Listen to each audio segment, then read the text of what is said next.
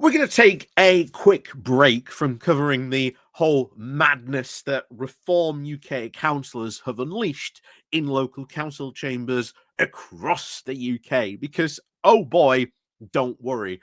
Give them time, and trust me, just like Homer Simpson, or at least in this case, Sideshow Bob with a rake, sooner or later, whoosh, it will hit him. Now, on we go to talking briefly about what's been going on in the Tory party, because oh boy, have they been having a very interesting week that I just haven't had a chance or the opportunity to cover.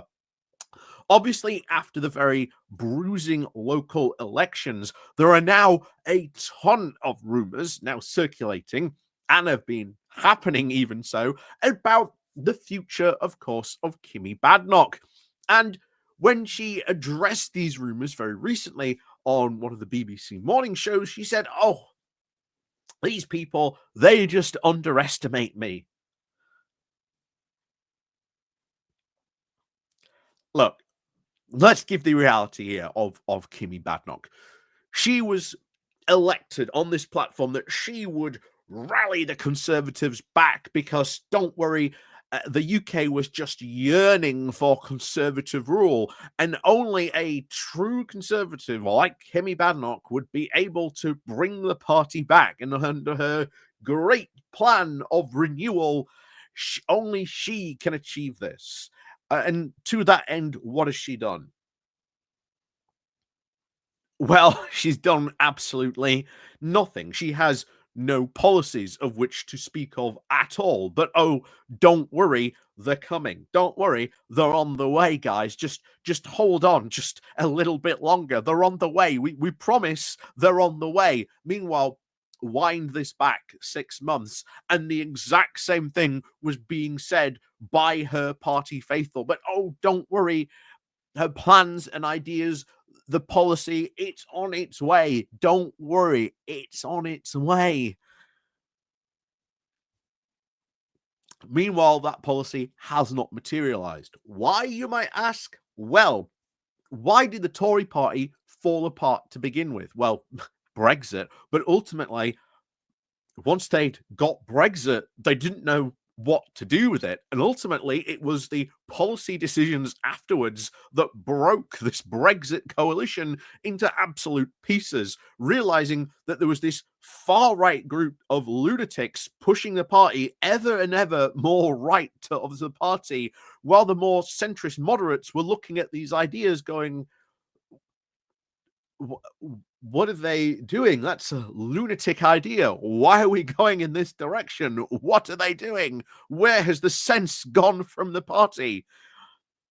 And remember, this is how you get from a policy of,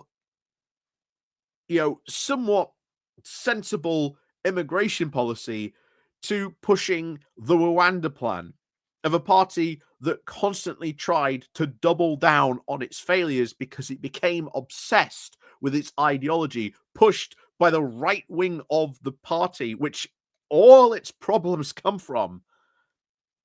Even Kimmy Badenoch and, of course, her potential successor, Robert Jenrick. And oh boy, if Jenrick supporters think that somehow he is going to be the saving grace of the party, think again. Because if Jenrick generally does come out and say, right, this is policy, this is policy, this is policy, this is policy, no one in the party is going to agree with that. And then, of course, you've got the questions about the leadership election that might precede that, how brutal that might indeed be, because Jenrick doesn't exactly have a lot of supporters. He has a lot of baggage, ultimately, that will drag him down. And there are many others in that party who would love their chance at being the top of this particular greasy pole, ever, shall we say, diminishing in stature as it is. And there can be no, of course, talk about climbers of that greasy pole than, of course, Boris Johnson. Because I will tell you what, in the past week, rumours about Boris Johnson's great ride to the rescue, only Boris is the one who can save the Tory party, have been louder than you can possibly imagine. Normally they are like little whispers, like, "Oh, if only Boris was here, he'd save the day." As we talked about, even all the way back then, when Boris Johnson, of course, left Parliament, he left with that immortal line, of course, from the end of Terminator 2 Judgment Day of "Hasta la vista, I'll be back, baby." But of course, he didn't say that part of it. He only said "Hasta la vista."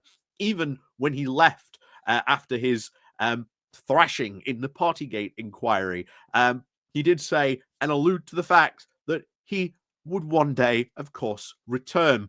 Now, let's face reality. If Boris Johnson really does want to come back, he would have to convince a Conservative MP to give up their seat. And as we have seen really from the past couple of elections, the concept of safe seats just isn't in play anymore, at least. That would mean Johnson would have to convince a sitting MP to give up his seat for him, to which then he would have to lead, or at least gain leadership of a party that A, does not like him, has very little fans indeed of him, and the fact that most of the people currently left in the Conservative Party sitting as MPs all forced him out. How on earth, even if somehow he again convinces an MP to give him his seat, wins the by-election, then wins the election to become Tory party leader again, how on earth does that then look in the public realm? Well, quite frankly, not well at all. Boris Johnson's approval ratings are in the absolute doldrums even now. He is not a popular figure in the public. This once great Johnson electoral magic has now gone, vanished very much so into the ether, never to return, thankfully. But nevertheless, of course, with the party in such the doldrums that it is, many of these MPs, Conservative Party supporters, are looking back at this most prosperous time, of course, of when Boris Johnson won the 2019 general election. You have to remember that they were talking about a new decade of Conservative rule, that they were going to rule for the next decade or so, and it was going to be this new golden age of conservatism. How times have indeed changed to where we are now. But Boris Johnson returning, it's just absolutely implausible. There are just far, far too many hurdles for him to overcome. Even if somehow, as again is rumored, that he has this whole machine all ready to roar into action, there's just so many hurdles to go. This would be a 100-to-1 shot on a Grand National horse, trying to clear not only all the hurdles and then win the Grand National in first place. It is an absolute long shot. There's far too many hurdles. And at the end of the day, it's Boris Johnson. He's not exactly, shall we say, known for, being able to clear hurdles or even, win a race very, shall we say, cleanly. Needless to say, though, this is how bad the current state of the Tory party is. That they are now looking very wistfully back on Boris Johnson and generally thinking that bringing him back is somehow a good idea. So, as always, let me know what you think down below in the comments. And of course, as always, click on the like, the share button, and of course, subscribe if you are new to the channel. And of course, as always, there's the Patreon page, there's the Buy Me Coffee link down below as well, and other links you can choose to help support the channel as well. So until then, as always, we'll see you all very soon.